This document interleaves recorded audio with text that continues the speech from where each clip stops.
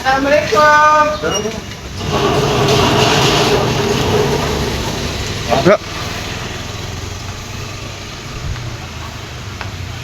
Dasar YouTuber.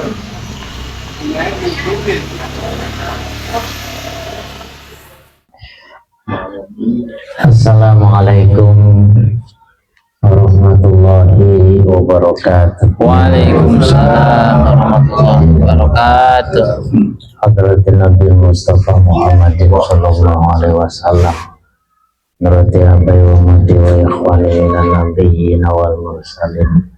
Kulina sabiqu dan mutabi'in. Arwahilahi mahalal wa mujtahidin. Syuhayna limu'alifin. Al-Fatihah. A'udzu billahi minasyaitonir rajim. Bismillahirrahmanirrahim. Alhamdulillahi rabbil alamin. Maliki yaumiddin. Iyyaka na'budu wa iyyaka nasta'in. Ihdinas siratal mustaqim. Shiratal ladzina an'amta 'alaihim ghairil maghdubi 'alaihim waladdallin. Alhamdulillahi rabbil alamin. Wassalatu wassalamu ala asyrafil anbiya wal mursalin Sayyidina wa maulana Muhammadin Allahumma ala alihi wa sahbihi ajma'in. Amma ba'd. Sayyidul Bait yang sama-sama kita hormati. Sana Bapak Ali Muntaha. Ali arti tinggi, Ali tinggi, muntaha itu puncak. Mentok, muntaha mentok, kagak muntaha. Perasaan saya berapa kali di rumah ini ya? Iya. Rumah udah dipakai ngaji. Almarhum Mbah Mun itu ngomongnya begini. Rumah kalau dipakai ngaji, anak cucunya gampang jadi orang alim.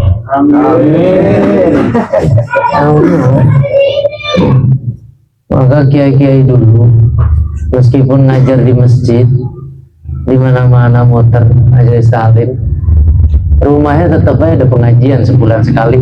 Gitu. Orang dulu begitu.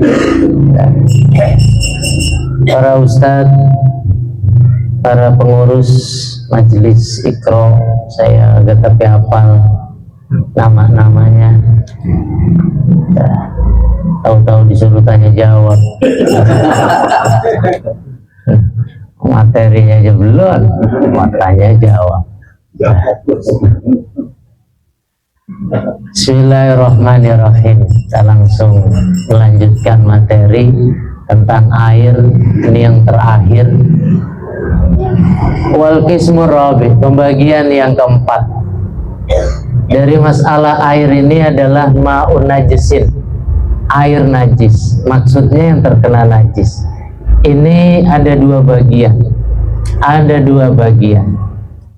Yang pertama adalah wa huwaladzi halat fihi najasah wa huwa ma'un lunal qulataini, yaitu air yang kemasukan najis sedangkan air itu kurang dari 2 kula, berubah atau tidak, air itu tetap dihukumi najis, kecemplungan najis, ya kotoran cicak, ya apa saja. Asal itu najis, maka dihukumi najis. Air yang kurang dari 2 kula, kecemplungan, kejatuhan najis. Maka kalau umpamanya bisa dikecualikan dari pembagian ini adalah bangkai yang darahnya nggak ngalir. Kalau kita sobek atau kalau kita pretelin gitu, maka darahnya nggak ngalir. Kayak laler, nyamuk, kutu, apalagi itu, ya akrab, kalajengking, pokoknya yang sejenis serangga lah. Itu darahnya nggak ngalir. Andai kata nyemplung ke situ, ke air tadi, tidak menyebabkan air itu najis. Asal catatannya 2. Pertama, ilam tutroh fihi, enggak sengaja dibuang di situ. 2, walam tugoyirhu, tidak merubah airnya. Airnya tetap ternyata rasanya, baunya, warnanya nggak berubah dan tidak disengaja dicemplungi. Artinya bisa jadi dia nyemplung sendiri atau barangkali angin yang niup dan seterusnya. Ya. Kemudian aukana kulataini fatagoyaro, atau airnya 2 kula banyak, lalu kemudian berubah. Itu juga golongannya air yang keempat ini adalah air yang najis. 1, air dikit kecemplungan najis, berubah apa enggak dia tetap dihukumi najis. Yang kedua, airnya banyak, lebih dari 2 kula, tapi berubah ketika kena najis, begitu. Nah, sedangkan 2 kula itu adalah wal kulatani khomsumiati ritlin bagdadiyin takriban fil alfa, adalah 500 kati Baghdad. Baghdad itu Irak, kira-kira. Kenapa begitu? Karena istilah 2 kulah itu bahasa Arabnya, kulah itu artinya tempayan. Jadi ukuran 2 tempayan. Orang Arab dulu kalau membawa tempayan 2 begini, diginiin. Asal begini namanya 2 kulah. Yang jadi problem enggak lah. Lah ukuran tempayannya segede apa? Gitu loh, Pak. Ya, gitu. Sehingga ketika Islam nyebar ke Irak, begitu, dia pakainya dikonversi menjadi ritel. Lah kita di Indonesia kalau dikonversi begini, itu kira-kira kalau pakai apa namanya ruang begitu, itu 1 dirok seprapat. 1 dirok seprapat. 1 dirok itu ini nih, ujung ini sama apa ya? Siku. 1 dirok seprapat. Ini separoh, seprapat kira-kira. 1 dirok seprapat. Ya.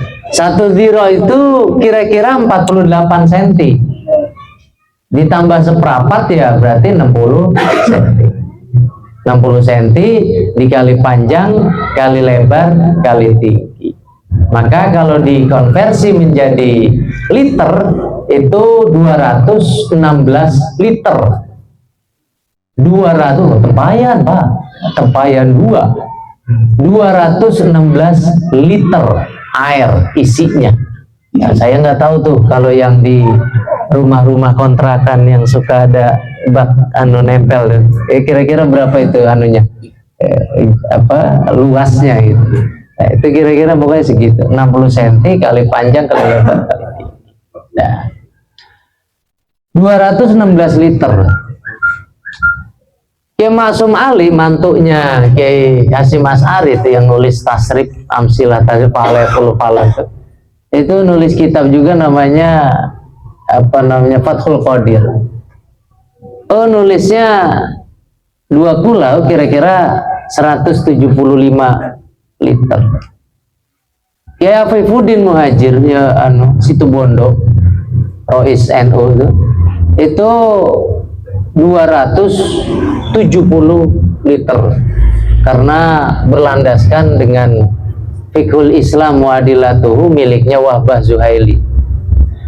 Lah saya ngambil yang ini tengah-tengah, jadi kedikitan kagak, rada banyak banget juga kagak, jadi kagak 270, kagak kurang dari 200, sehingga tengah-tengah 216 liter. Itu kalau dikonversi menjadi liter, karena ukurannya begitu dong, 2 kulah gitu. Kalau kita mah dulu istilahnya apa ya, 2 gantang gitu bang modelnya. Iya, istilah 2 gantang. Jadi ukuran zaman dulu dikonversi menjadi liter atau menjadi senti, kira-kira kayak tadi 60 senti. Itu ukuran volume penuh. Jadi airnya andai kata dikonversi menjadi kubus begitu, maka 60 cm isinya air semua. Jadi andai kata bikin kolam bukan ngepas 60, bukan, sebab nanti kalau dicemplungin ada yang kan Pak, apa lipas namanya ya gitu, luber. Nah, paling kagak lebih dari 60 cm begitu. Wallahu a'lam.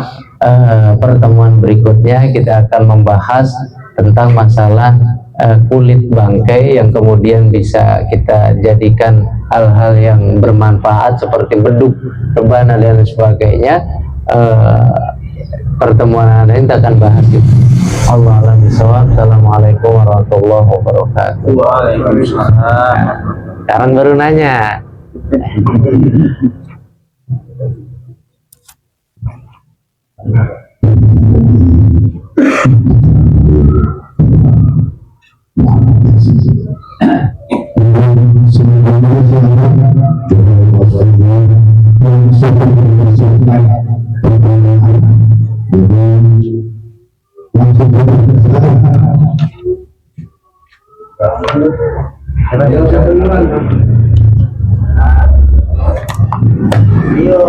Pak Jangkung barangkali mau tanya.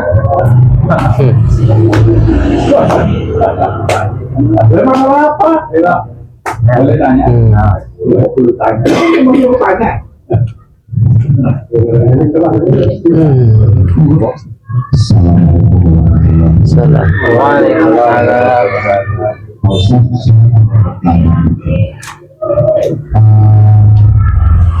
Pada kolam yang tidak berani, situ kan ada orang yang kadang-kadang terisi Di kolamnya. di kolamnya Kolam renang. kolam renang. Nah, itu kan ada orang kencing di sana, kita nggak tahu apakah di situ sesudah mandi itu kita harus mandi keramas atau gimana tuh sehingga kencing kan najis. Ya. Itu kalau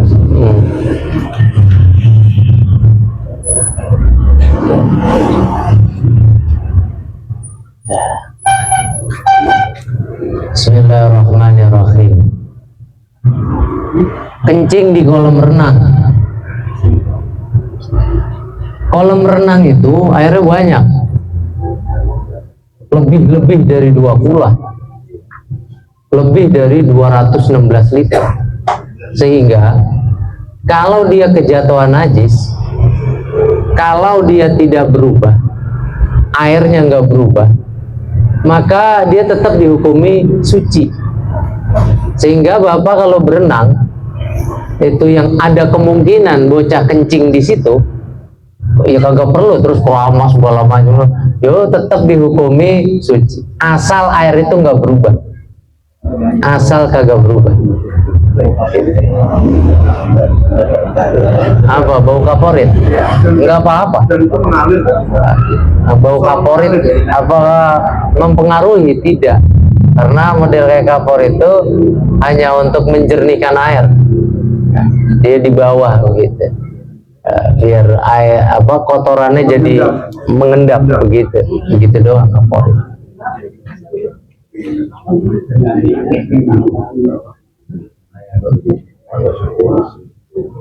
Tapi kalau menijin bisa, kalau berubah warna karena memang disengaja. Seperti Jadi gini, memang ada kolam renang itu dikasih obat sesuatu yang untuk mengetahui. Jadi kalau itu berubah, berarti orang itu yang kencing. Begitu. Oh iya, ada obat itu. Ada. Jadi untuk mengetahui, jadi orang itu akan malu sendiri. Karena apa? Kalau misalnya di sekitarnya itu jernih, tapi tiba-tiba di sekitar dia sendiri berubah, berarti dia yang kencing begitu. Maksud saya bukan ketua, bukan itu. Bismillahirrahmanirrahim. Sekarang teknologi makin canggih, sehingga yang kencing sembarangan bisa ketahuan. Gitu kan. Sehingga kalau kolam renang umpamanya dikasih obat filter atau apapun itu, yang kalau kencing bisa ketahuan, berubahnya di tempat itu doang begitu. Apakah ini mempengaruhi kesucian air? Tidak sama sekali. Dia tetap dihukumi suci. Sama seperti orang yang mohon maaf BAB di kali, andai kata terus kalau kali yang banyak airnya sama kolam renang, iya begitu. Maka yang ini ya sesuci tetap, dia tetap dihukumi suci. Gitu. Lagi. Ini yang dulu dari aja. Saya namanya nih. Anjing lewat. Serius. Dalam ada suami istri anak. Kita sebagai rumah tangga, nikahnya sendiri anak-anak manusia. Kita sebagai rumah tangga ikut nanggung kita. Tapi tidak kalau kita manusia, anak istri tidak ikut nanggung manusia. Jadi kita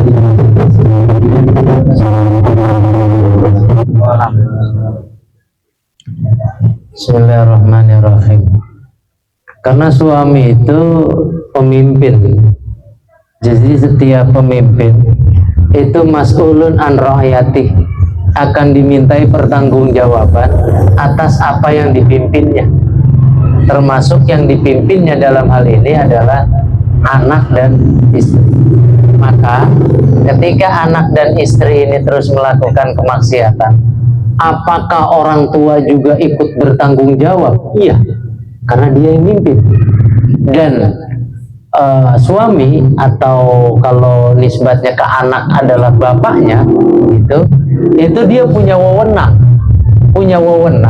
untuk amar ma'ruf, dalam hal ini keras kepada anak begitu. Dia punya wewenang. Kalau sama anak orang lain barangkali kita nggak punya wewenang. Tapi kalau anak sendiri begitu, kita punya wewenang di situ. Makanya kemudian orang tua itu pada akhirnya bertanggung jawab atas anak dan istrinya itu. Bagaimana caranya? Ya kita memperbaiki diri dulu, memperbaiki diri. Bagaimanapun juga kesalehan kita mempengaruhi kepada anak-anak kita, pasti. Terkadang apa yang kita lakukan salah sebagai kemaksiatan, ketika Allah juga tidak menegur kita dengan kita sendiri, kadang Allah negurnya ya pakai anak kita. Iya, anak kita. Iya, negurnya ya lewat situ. Kalau bahasa kita lihat, coba puyeng kalau kira-kira sekarang. Kira-kira gitu. Ya, gitu. Jadi kesalehan itu mempengaruhi terhadap anak. Kira-kira begitu. Kasih dan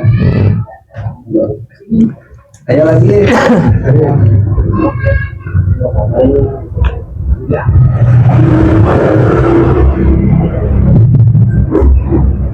Assalamualaikum warahmatullahi wabarakatuh. Waalaikumsalam.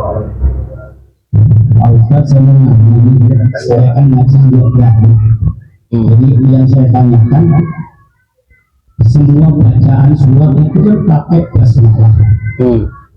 Sedangkan At-Tahiyat sama Kabirau Apa ama kabiro itu apa? Oh, iftitah.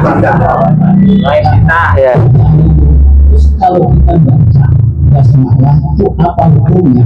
Di tahiyat tadi. Ya, Tahiyat sama kita Kabirau Ya.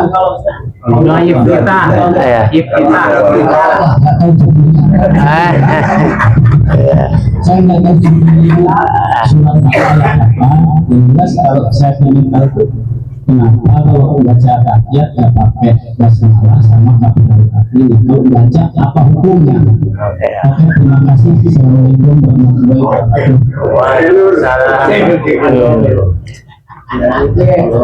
Bismillahirrahmanirrahim.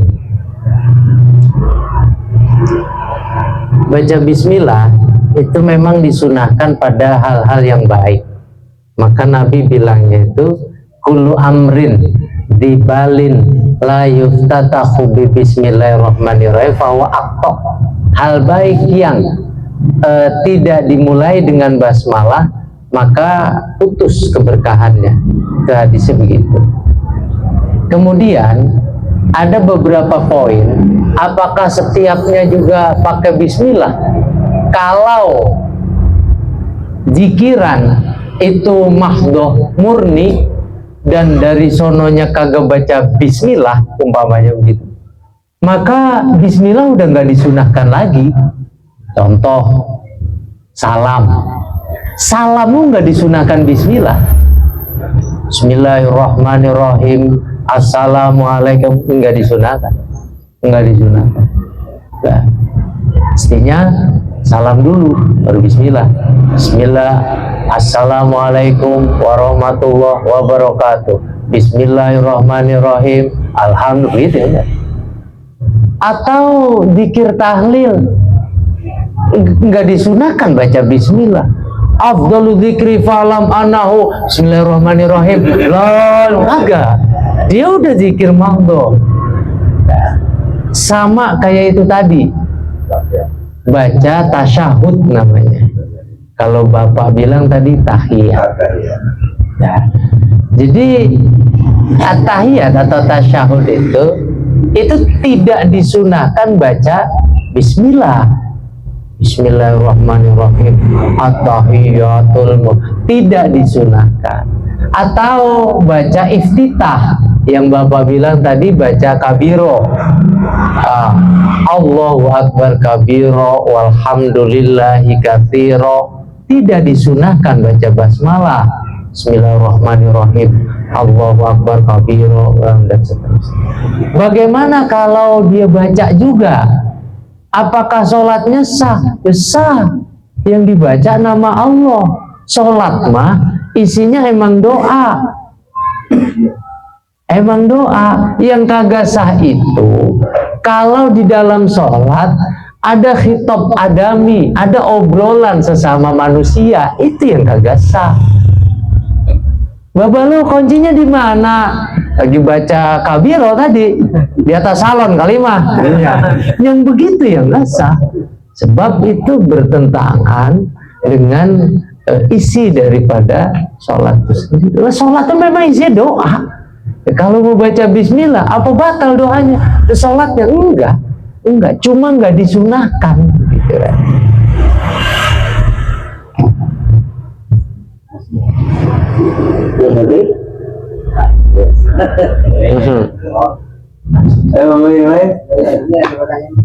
Pak.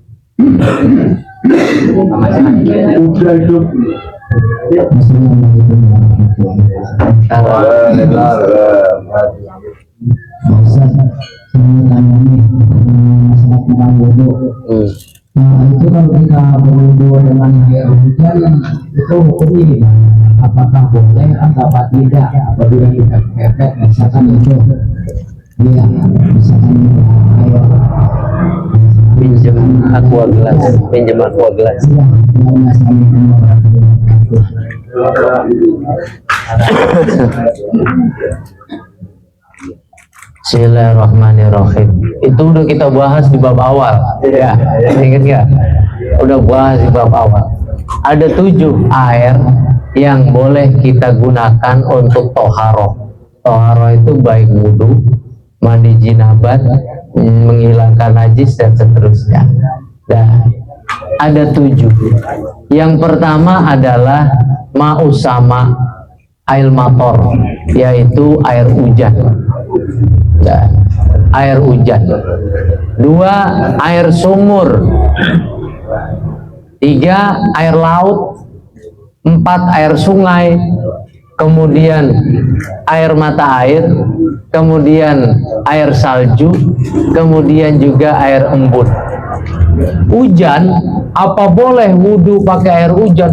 Boleh, boleh banget. Loh, itu malah murni sucinya. Iya, umpamanya apa namanya yang rumah itu yang buat talang, umpamanya ditalang begitu, ngelujuk langsung, tapi itunya kotor Ustaz, nggak masalah, nggak masalah, lorong keisi terus, nah, nggak masalah, kotor belum tentu najis, jadi langsung aja begitu, langsung, enak malah, jadi nggak usah cetrek-cetrek, ngidupin saja. Misalkan di lintangnya ada kotoran lagi, Tadi sama. Iya, tadi bilangin. Itu tadi bilangin. Iya, di kotoran. Begitu. Enggak masalah. Enggak masalah. Asal jangan pas lagi begini jatuh bangkai kingkong. Enggak bisa. Nah, jadi meskipun tuh kotor, jadi kita harus membedakan antara kotor dengan najis, antara bersih dengan suci.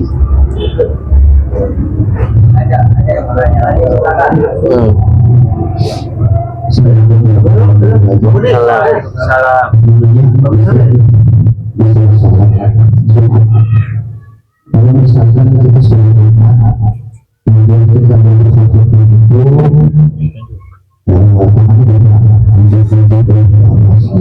Gini,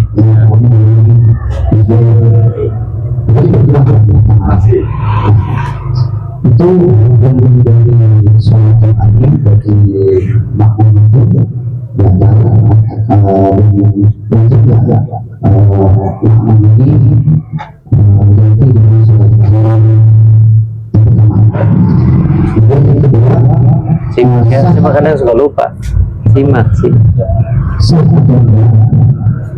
Kalau ada orang sholat pakai sorban, maksudnya sorbannya itu buat balas sujud. Jadi sorbannya adalah sorban. 5 lagi nggak apa-apa. Hukum pakai minyak wangi begitu kuat. Bagi yang masih single ataupun yang sudah menyusui, ketika seorang wanita menggunakan wangi-wangian, itu tersebut lain itu boleh besar. Waalaikumsalam. Bismillahirrahmanirrahim.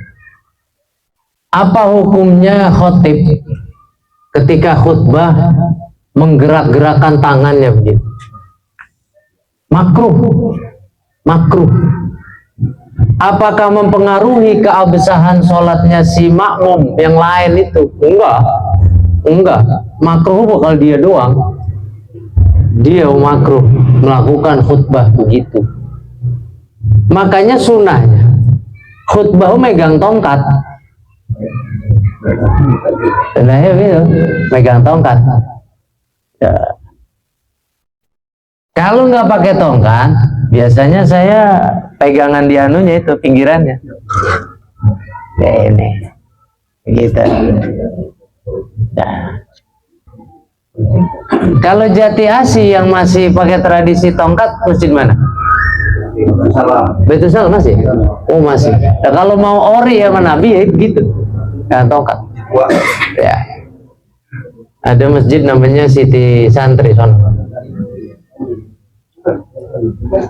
Rada tinggi anunya. Tongkatnya berat banget. Berat banget. Jalan sampai begitu. Selesai khutbah, DKM ngomongin tinggi banget Ustaz ya.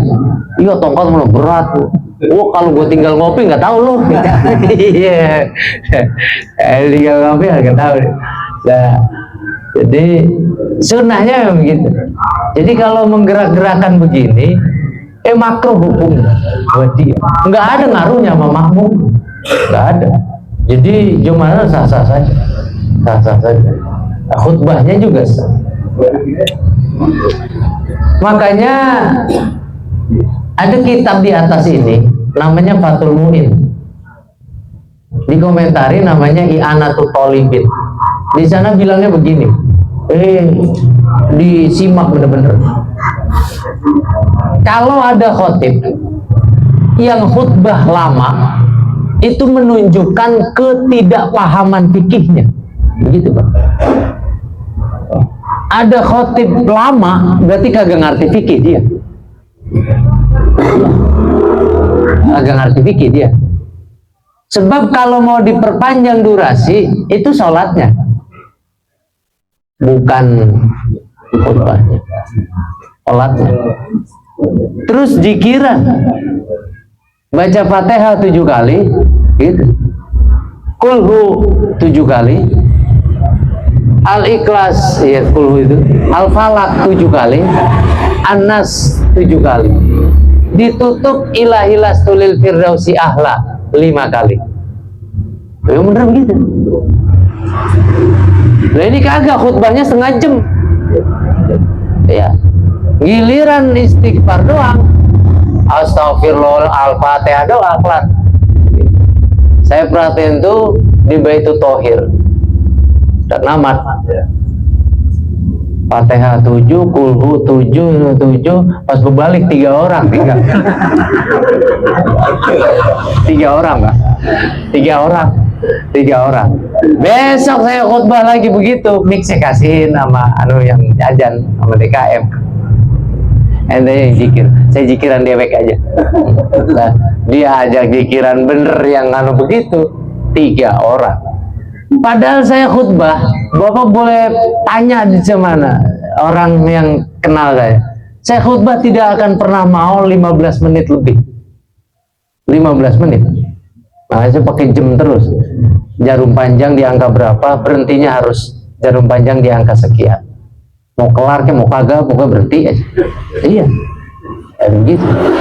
Nah, kenapa begitu? Terutama di kota-kota besar. Makanya ada hadis menyatakan bahwa Nabi kana akhafun nas fitamamin.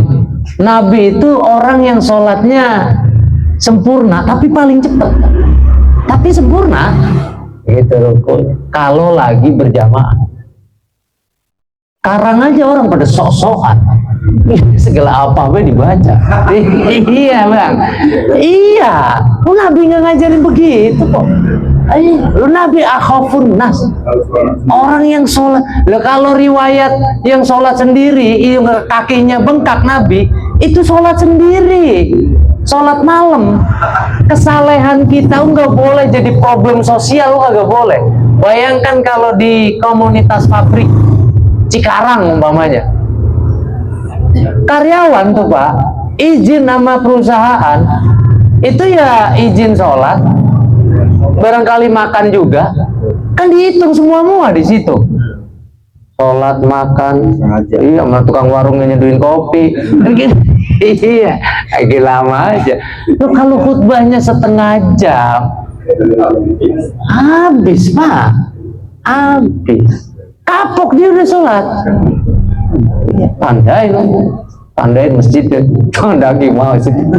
Iya, begitu. Jadi khutbah singkat. Kalau bisa 10 menit. Ya.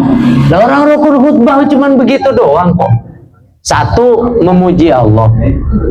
2, baca sholawat. 3, wasiat takwa. 4 baca Quran, begitu. Terus kemudian mendoakan orang mukmin, selesai. Jadi kalau khutbah mau singkat tuh begini. Alhamdulillah, wassalatu ala rasulillah, bismillahirrahmanirrahim, inna atainakal kausar. Kaum muslimin, mari sama-sama kita bertakwa. Kelar udah, selesai. Khutbah kedua ada bangun, baca doa, Allah maghfir lil muslimin wal muslimat, selesai. Nggak ada 5 menit tuh. Lalu khutbah apa boleh dia omongin? Bagaimana kagak lama, segala demo DPR lah. Iya. Nah iya, bukannya itu nggak penting, bukan, tempatnya bukan di situ. Gitu. Kalau ngobrolnya di warung kopi nggak apa-apa. Khutbah itu formal, bukan kayak ceramah lepas, bukan. Formal. Dia kentut aja khutbahnya nggak sah, kok batal. Khutbah begitu. Kejatuhan tai cecek kita. Lagi khutbah gitu. Ya batal khutbahnya. Ulang dari awal. Khutbah nggak sama kayak ceramah. Makanya kagak boleh begini dia. Makruh. Sama aja kayak sholat ya. Lah iya. Makanya dia mengatakan bahwa 2 khutbah itu sebagai pengganti 2 rakaat sholat zuhur yang jadi sholat Jumat. Begitu Pak. Khutbah formal. Jangan samain sama ceramah. Kalau yang apa begini tuh, kiai amatir itu. Amatir itu. Amatir, kurang jauh mainnya. Kurang jauh. Apa tadi kedua? Sorban. Sorban dibuat sajadah. Gak apa-apa, tikar aja buat sajadah nggak apa-apa. Yang jadi problem itu kalau Bapak baca fikih itu mungkin serban yang menghalangi jidat. Begini yang kagak boleh nih. Nih, yang kagak boleh itu begini nih. Sorban ada di sini. Ketika Bapak sujud, praktek ya. Ini begini. Bapak sujudnya di sini.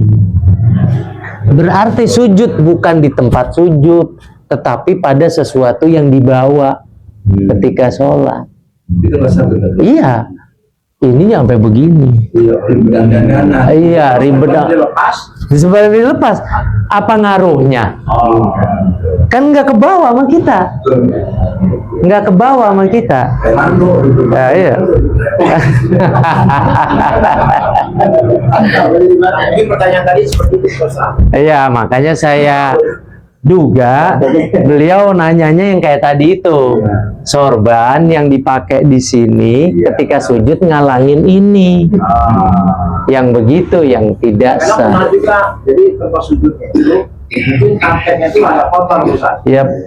Terus? Jadi pas dia sujud ditaruh aja. Kenapa? Pas dia sujud ditaruh gitu. Nah, ini karpet itu ada yang kotor Ustaz. Iya. Kan masalah nih. Iya. Jadi pada saat sujud, ini begini mah dia. Iya. Lebih baik mendingan Ininya dipakai. masih dipakai. Oh, itu nggak sah. Itu nggak sah. Lepas setan ya, dilepas. Dia lepas saya taruh di situ. Lah, gitu. Lah itu pentingnya ngaji pada akhirnya. Iya, belajar. Kalau ngaji nggak bisa. Kalau ngaji nggak bisa. Udah. Yang ketiga, parfum. Nabi seneng pakai wewangian. Di antara sunnah sholat tuh ya pakai parfum, wewangian.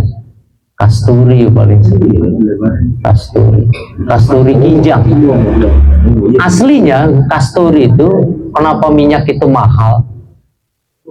Kijang. Jadi kijang jantan itu kalau birahi sama kijang betina itu mengeluarkan kelenjar. Kayak keringet gitu Pak. Kelenjarnya dipungutin, diambil, difermentasi. Nah, terus disuling jadilah minyak. Makanya kasturi kijang mahal. Kenapa mahal? Nungguin kijang kawin. Bagaimana? Bagaimana kagak mahal? Kalau dari kawin. Lah, kijang, kasturi kijang, mahal. Cuma sekarang teknologi makin canggih, akhirnya ya dibikin yang mendekati gitu. Kira-kira ini wanginya apa? Jadi kalau kasturi kijang yang beredar bukan yang itu, tuh kagak ada orang udah kagak ada. Dan nungguin kijang kawin, tuh sampai kapan? Kijang udah kagak ada. Sekarang jadi Nova malah. Jadi Nova. Oh, kalau pakai parfum sunnah. Sehingga jadi problem kalau perempuan yang pakai parfum kemudian pada lewat ke lelaki gitu. Lelaki yang bukan mahramnya. Kalau di depan suaminya justru malah dianjurkan, justru sunnah hukumnya. Iya. Kondangan. Oh iya, di rumah kalau mau wangi mah di rumah pakai apa namanya Bulgari ya gitu. Oh, oke. Yang wangi kudunya di rumah. Iya, kan resep gitu. Gede-gedenya wangi gitu, bukan bau-bau remason, bau presker. Iya. Jadi di rumah sama suami. Sehingga kalau sama lelaki lain, jadi makruh. Bahkan hukumnya bisa berubah jadi haram kalau terjadi fitnah. Karena lelaki ada Pak modelnya yang rada sombong siapa sih ini, yang jadi begitu tuh, yang kagak boleh tuh, Mancing. yang haram. Padahal si itu, iya gue masih apal ini wanginya. Itu yang kagak boleh yang begitu. Maka yang begitu jadi haram ketika timbul fitnah kayak tadi.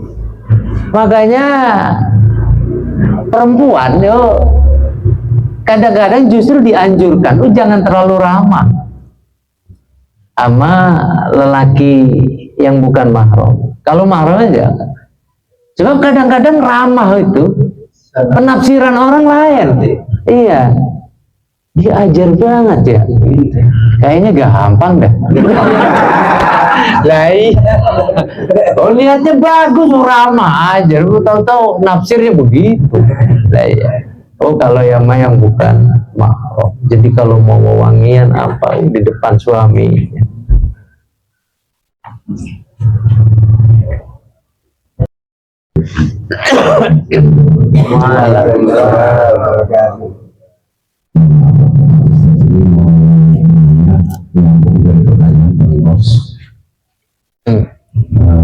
Kita sebagai kepala rumah tangga yang harus tanggung jawab kepada anak dan istri kita.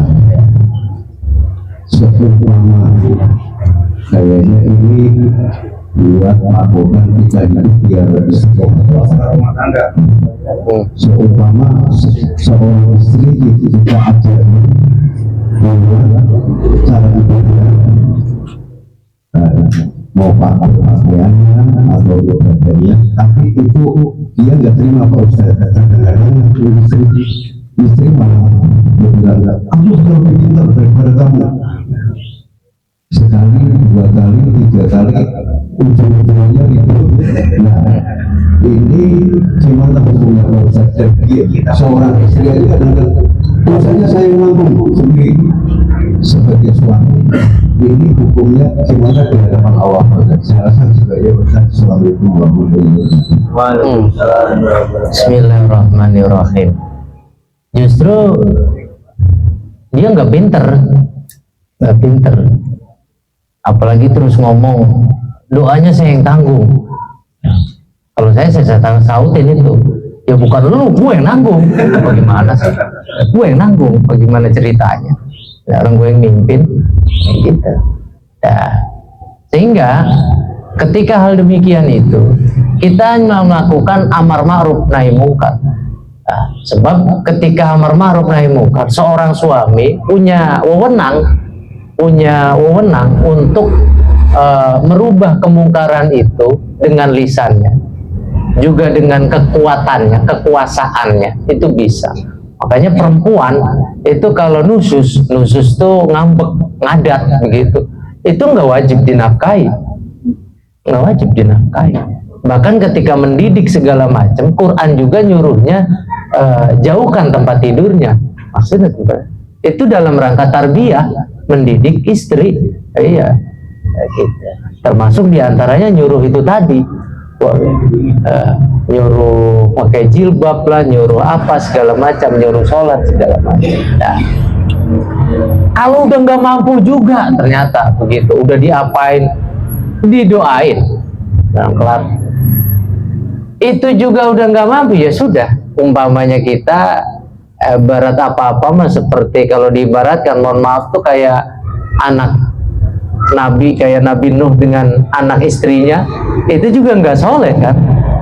Ya sudah, Nabi Nuh sudah amar ma'ruf, sudah nyuruh, sudah apa segala macam, tapi menentang justru, ya sudah. Tanggung jawab kita selesai. Selesai. Jadi akhirnya kita serahin ke Allah aja. Iya. Karena udah diapain aja udah kagak bisa. Udah dididik begini, tanggung jawab selesai. Udah diapain aja kagak bisa. Saya mau nambahin, Tat. Ini kan apa? Kedengeran nggak tadi kalau ngomong? Kedengeran. Ini tadi ya. Saya kan udah ngaji nih tadi ya. Ini emaknya bocah di rumah, kalau kita suruh ngaji masih berat gitu, takutnya kan kalau dia misal mengaji nggak mau sama orang-orang atau sama kita dikit-dikit tuh bisa ngajar gitu ya tadi. Iya. Nama kita nggak mau, sama orang nggak mau, takutnya gini kan dia mati aja belum ngaji gitu kan. Iya. Jadi tanggung jawab kita kalau kita udah suruh kita kan sama juga terkait. Iya. Iya. Aja udah selesai tanggung jawab. Betul. Soalnya kalau dia nggak ngaji, kita ditanya di sononya puasa lalu. Jadi lu jadi kalau udah kita ngajakin mah nyuruh, tanggung jawab kita udah kelar. Udah kelar. Ya.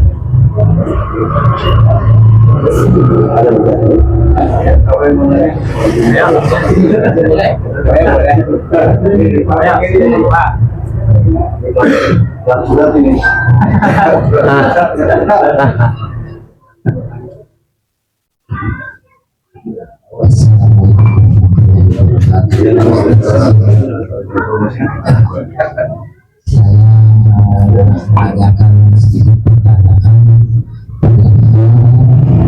hukum sunnah atau wajibnya mencukur atau menggulungkan kepala di saat umroh atau haji. Sedangkan ada hadis yang mengatakan ciri-ciri orang pengikut Muhammad bin Abdul Wahab adalah ketika haji atau umroh ciri-cirinya menggulungkan kepalanya. Karena sejarah yang pernah saya baca, Muhammad bin Abdul Wahab itu orang yang tidak mengakui Rasul sebagai Rasulullah, sebagai Rasulullah. Bahkan beliau membunuh anak keturunan Rasulullah. Terus setelah itu beliau kan memerangi kota Mekah sampai saat ini, dan kota Mekah kalah. Nah jadi itu hukumnya gimana Pak Ustaz kalau kita mencukur menggunakan kepala di saat haji atau umroh? Terima kasih. Waalaikumsalam. Bismillahirrahmanirrahim. Rukunnya, kewajibannya adalah takhallul. Halul. Di antaranya adalah ya nyukur dikit. Dia botak lagi. Botak. Dibotak semua. Kalau sampai botak semua sunnah. Kalau sampai botak semua. Tapi kewajibannya nyukur dikit. Nah, begitu. Nah, bagaimana kalau dicukur semua kayak tadi? Sunnah. Katanya ajaran Muhammad bin Abdul Wahab ada hadisnya. Yang kayak apa hadisnya? Bawa kemari. Satu. Saya nggak pernah nemuin. Ya, yang ada itu. Terus Muhammad bin Abdul Wahab mengingkari Nabi, begitu? Ya. Itu juga nggak benar. Kagak ada. Ya, begitu. Jadi ceritanya begini. Ini globalnya aja ya, Muhammad bin Abdul Wahab. Globalnya aja. Tahun-tahunnya saya enggak, tapi hafal. Gini. Kekhilafahan terakhir Islam itu Turki Utsmani, Istanbul, Turki. Termasuk kekuasaannya itu adalah Hijaz. Hijaz itu Makkah, Madinah, dan seterusnya. Hijaz namanya. Dulu nyebutnya Hijaz, Pak. Hijaz. Yang mukim di situ orang-orang top semua. Syekh Nawawi ada di situ. Khotib Minangkabau Padang ada di situ. Syekh Khotib Sambas itu yang Kalimantan yang menyatukan Toreko Qadiriyah Naksabandi, ada di situ. Semua ulama top Indonesia munculnya di situ. Termasuk gurunya Syekh Nawawi Banten, yaitu Syekh Junaid Al-Betawi. Itu ya di situ. Hijaz itu masuk kekuasaan Turki Utsmani. Turki Utsmani pada saat itu di akhir-akhir kekuasaannya mulai melemah kekuasaan. Ditambah agak-agak galak sama Eropa. Rada dikeroyok itu. Rada dikeroyok. Pada akhirnya ini juga jatuh ke seseorang namanya Ibnu Sa'ud, Abdullah bin Sa'ud. Dulu kayak gubernur gitu di situ. Negaranya atau khilafahnya Turki Utsmani. Akhirnya digulingkan oleh Abdullah bin Sa'ud, Ibnu Sa'ud. Makanya Arab itu disebut Arab Saudi. Itu dari kata Saud. Saudi. Lah, dia berkolaborasi dengan seorang ulama dari Najd namanya. Najd itu Muhammad bin Abdul Wahab. Muhammad bin Abdul Wahab. Apakah mengingkari Nabi? Enggak. Orang kalau mengingkari Nabi murtad. Murtad bukan Islam. Ya. Tidak. Dia adalah yang menurut pengakuannya itu memurnikan ajaran Islam dari yang sifatnya khurafat, tradisi dan lain sebagainya. Sehingga kagak boleh orang ziarah kubur, tawasul, segala macam. Nah itu terus jadi mantu besan gitu, besannya Ibnu Sa'ud di kalangan kerajaan Saudi Arab. Sehingga itu setelah kira-kira tahun 1800 lah, udah kemari. Dan kiai-kiai kita yang alim-alim itu udah pada wafat, udah pada kagak. Sehingga banyak juga yang kemudian pada pulang ke Indonesia. Setelah itu ada rencana bahwa kemudian mau digusurnya makam Rasulullah. Nah, kalau itu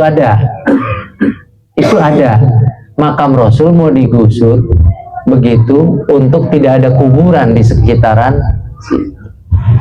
Sehingga diresponlah sama ulama-ulama kita di Indonesia ini yang memang alumni daripada Hijaz. Hasyim Asy'ari, Kiai Hasyim Asy'ari yang muridnya Khalil Bangkalan tuh, manggil muridnya juga namanya Wahab Asbur. Suruh negosiasi sama kerajaan sana untuk menahan rencana itu. Sebab Rasulullah Shallallahu Alaihi Wasallam itu bukan sekedar milik orang perorangan atau negara, tapi seluruh umat di dunia. Kalau sampai itu terjadi, kacau semua, perang, bener-bener perang. Ya, begitu. Kalau makam yang lain sih silakan saja, umpamanya. Tapi kalau makam Nabi yang digusur, begitu. Ya, gitu. Akhirnya untuk merespon itu, maka kemudian dibuat satu komite, namanya Komite Hijaz, buat negosiasi itu. Komite Hijaz, ada buku sejarahnya kok, ada di sejarah sekolahan ada. Pulang dari sana, Hasyim Asy'ari mikirin begini, di sana sudah tidak ada lagi sisa-sisa Ahlussunnah wal Jamaah, cuman kita doang nih begini, begitu. Akhirnya Komite Hijaz yang masih ada organisasinya dirubahlah jadi Nahdlatul Ulama. Nah itulah awal mula cikal bakal lahirnya NU itu yang ngerespon ono, nah, gitu. Nah ono karena siapa? Nah itu yang cingkrang itu Wahabi. Ya, Wahabi dari Muhammad bin Abdul Wahab, maka dinisbatkan Wahabi. Makanya NU sama itu kagak pernah akur, emang lahirnya gue udah begitu. Iya. Kalau sama Muhammadiyah kenapa akur-akur aja? Satu guru, Ahmad Dahlan Jogja itu juga muridnya Khalil Bangkalan, Hasyim Asy'ari juga muridnya Khalil Bangkalan. Ternyata ketika di Hijaz juga gurunya sama tuh, sama-sama pernah istifadah nuntut ilmu begini sama Syekh Khotib Minangkabau, sama begitu. Cuman yang satu lain gaya. Hasyim Asy'ari itu lebih ke ilmu kepesantrenan, nulis kitab. Yang ini lebih seneng organisasi. Akhirnya dia Muhammadiyah, ya bikin sekolahan, sekolah formal. Lagi Hasyim Asy'ari kagak, pesantren notok. Nah itu enggak modern, pakai sekolah. Karena Belanda pakai sekolah, kita bikin sekolah atuh begini. Daripada begitu kita disangkanya sekolahnya terbelakang baik, kita bikin sekolah. Nah, kalau Muhammadiyah apa-apa organisasi rada rapi, universitas, rumah sakit. NU agak ya orang nungguin anunya bari ngerokok gini mau rapi bagaimana. Cuma ya ada sisi baik ada sisi buruk ya. Orang Muhammadiyah ngurusin masyarakat model kayak begini kagak luput ya. Nah, orangnya suruh rapi, on time dan segala macam, susah juga itu, susah juga. Saya ceramah di institusi Muhammadiyah, gitu. Tinggal kasih nomor rekeningnya Pak Ustadz. Udah berbunyi sana ting, Muhammadiyah. NU kagak, tangan kita masuk-masukin.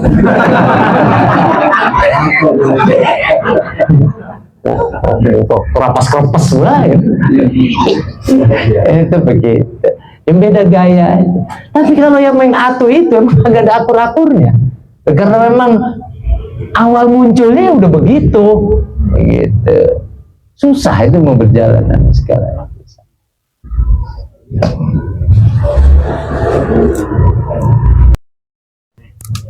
Assalamualaikum warahmatullahi wabarakatuh. Waalaikumsalam warahmatullahi wabarakatuh. Sebenarnya selama yang saya ambil sholat musola, tapi saya bisa sebut nama musolanya adalah Inisialnya itu juga masalah ini. Suka berkata Gimana Pak? Berganti-ganti. jadi imam siapa aja. Oh, zuhur isi A gitu.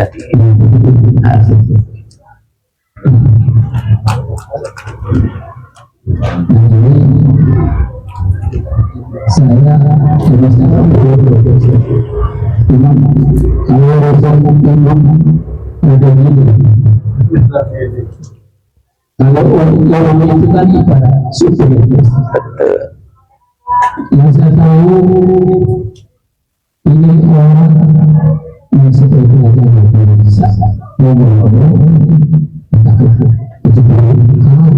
bisa jadi saya sholatnya tak mau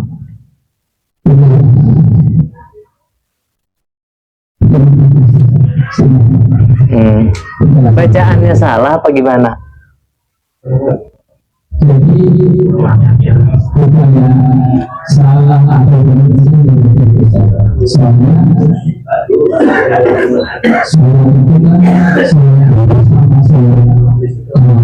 sama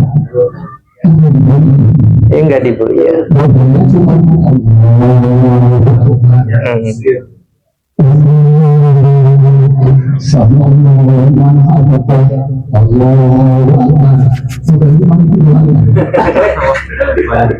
jadi saya rasa saya bisa.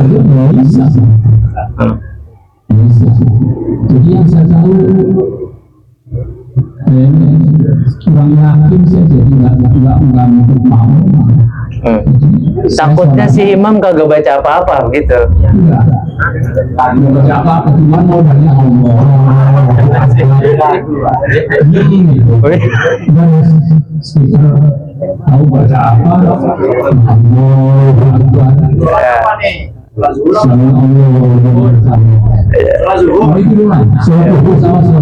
Asal, ya, ya udah, ya udah. Jadi karena kita nggak segitu banyak kalau itu mau benar, ibarat supir ya, kalau berenang bawa mobil, kira-kira gimana? Tapi jadi saya nggak ikut mau. Jadi ini ya, Iya, Pak. dia ngerti orangnya, dia ngerti orangnya seperti apa, Perilakunya. Perilakunya, Pak Dek. ngerti gitu. Iya. Imamnya di masjid sini nggak? Imamnya itu di masjid sini. Oh, enggak. Enggak. Enggak, kalau di masjid ini udah yakin sih, bacanya lebih mencolok. Al-Fatihah apa ya? Iya. Modalnya cuma itu aja. Iya.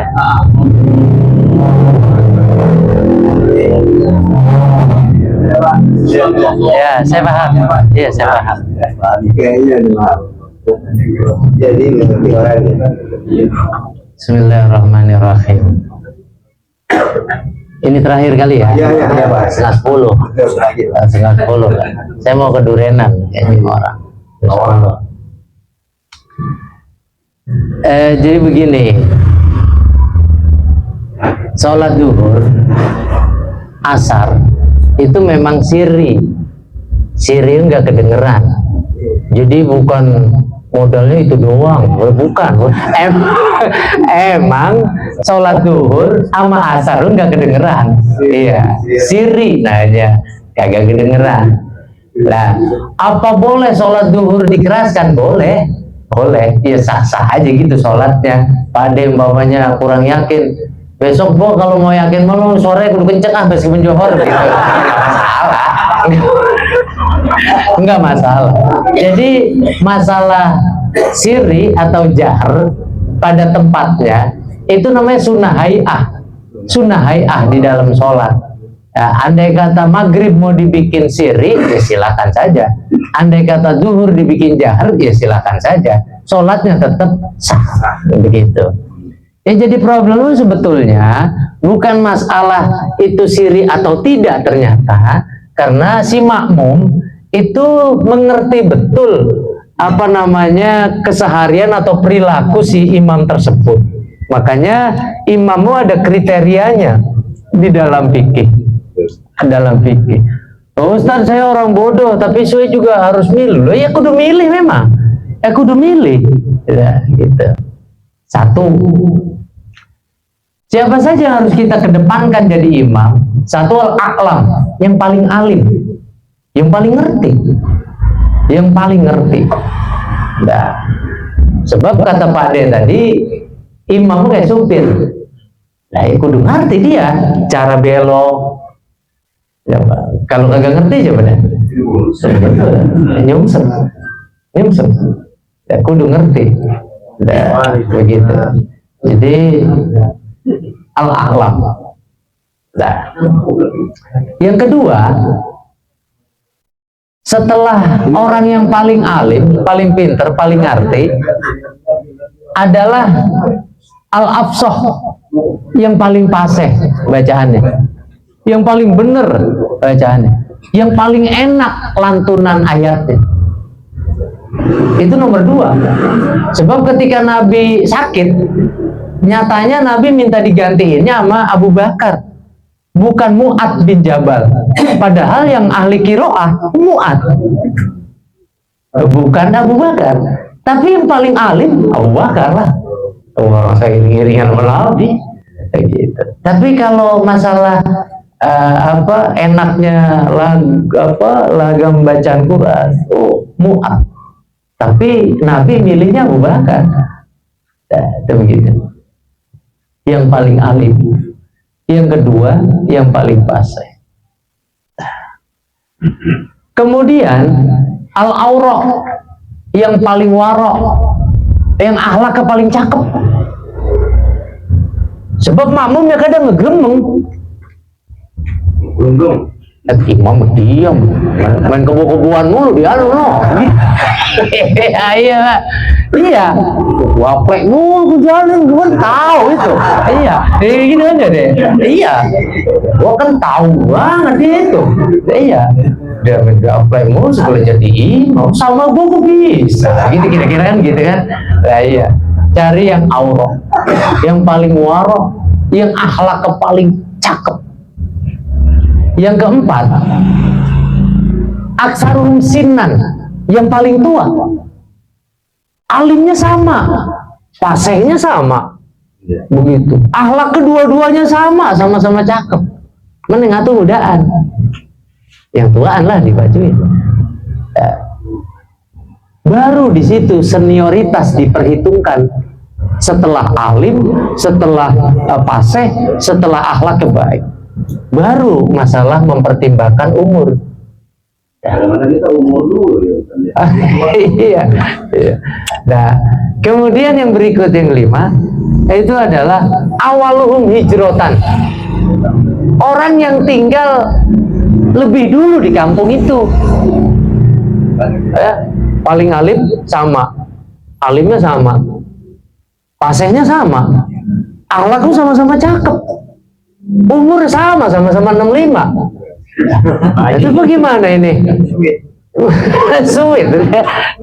Maka yang paling lama tinggal di Bantenan kira-kira siapa? Gitu. Awaluhum hijratan. Nah ini nih, romanya dari 94 di sini. Gitu kira-kira Pak De. Gitu. Dia udah milih memang. Itu milih. Gitu.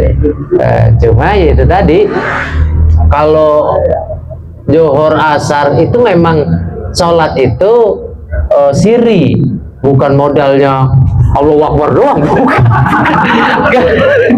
Emang begitu sholat nggak kedengeran, siri, bukan modalnya itu doang. Iya, nah, iya, iya, karena nggak baca. Tapi imamnya baca. Kita husnul dulu baca, pasti baca lah. Orang paham lah itu, paham sekali. Cuman yang bikin gasrek itu barangkali perilaku imam. Itu karena si makmum tahu banget ini dia, gitu.